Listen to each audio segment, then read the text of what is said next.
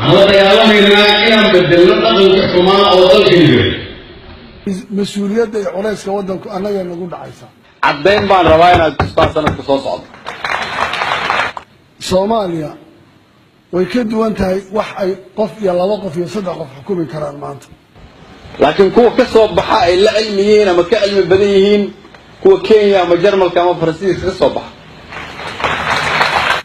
لو ما قادن كان الدولة لها ديمقراطية هي دولة لها وين عالم كي قابك كل سيئين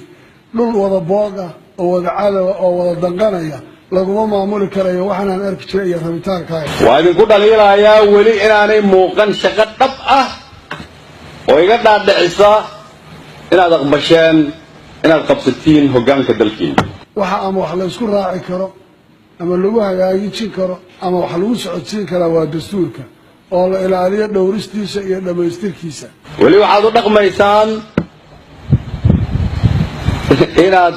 xaaladda mustaqbalka dhexdhexaad ka tihiin nooca ay ku socotaa way ka sii daraysaa sidii hore u ahayd shabaabna maanta waxay heli karaan fursad ay awood ku yeeshaan oo maanta waddanka ay meelo kale ku gaaraan haddii aad u dhaqmayso inaad mustaqbalka dalka iyo dadka Soomaaliyeed iyo carruurtaada dhexdhexaad ka tahay macnaheedu waxay tahay weli baadan fahmin wixii aan ka hadalnay sanad ka hor mas'uuliyadda culayska waddanku anaga nagu dhacaysa cadeen baan rabaa inaad tustaan sanadka soo socda maanta deeqaha caalamku bixiyaa la bixiyaa dhaqaalaha jirta midowga Yurub iyo UN iyo cid waliba way bixisaa dawladaha bixiyo mid kaasha boorsooyin ku qaada haddii ay sidaas tahay marka waxaa muhiim ah inaan isla garanno waxyaabo yaryar oo kala duwan kow haddii aan rabno inaan wax ka bedelno dalka xaaladda uu ku sugan yahay waxaan u baahannahay inaan wax ka bedelno xaaladda ay dadku ku sugan yihiin dawladdu ma waxay xukuntaa marka xafiisyada dawladda xamar yaalla iyo xildhibaanada xamar jooga iyo golaha wasiirada maanta baarlamaanka Jubbaland 5 bilood la soo dhaafay mushahar muuna arag idinku intaad ahaan lahaydeen milkiilayaashii qaranka maalinba waxaa la idin keenaa shay laga hadlo shaygaasaad wax ku darsataan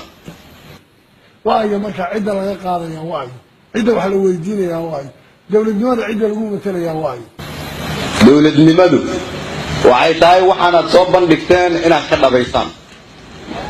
dawladnimadu waxay tahay su'aalaha aad adagoon isweydiinayno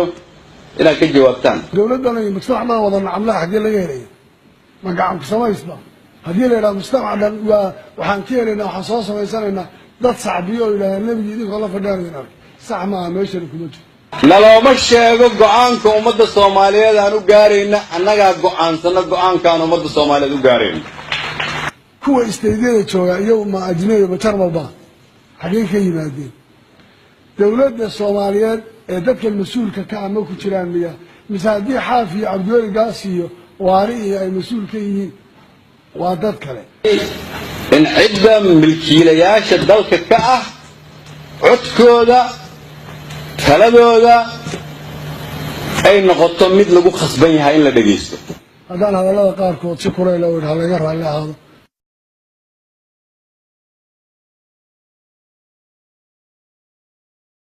waad ku mahadsantahay sida fiidiyowga u daawatay ha ilaawina fiidiyowga la garayso ood la wadaagto asxaabtaada si aad nagu xidhnaato fadlan ha ilaawin inaad taabato butonka subscribe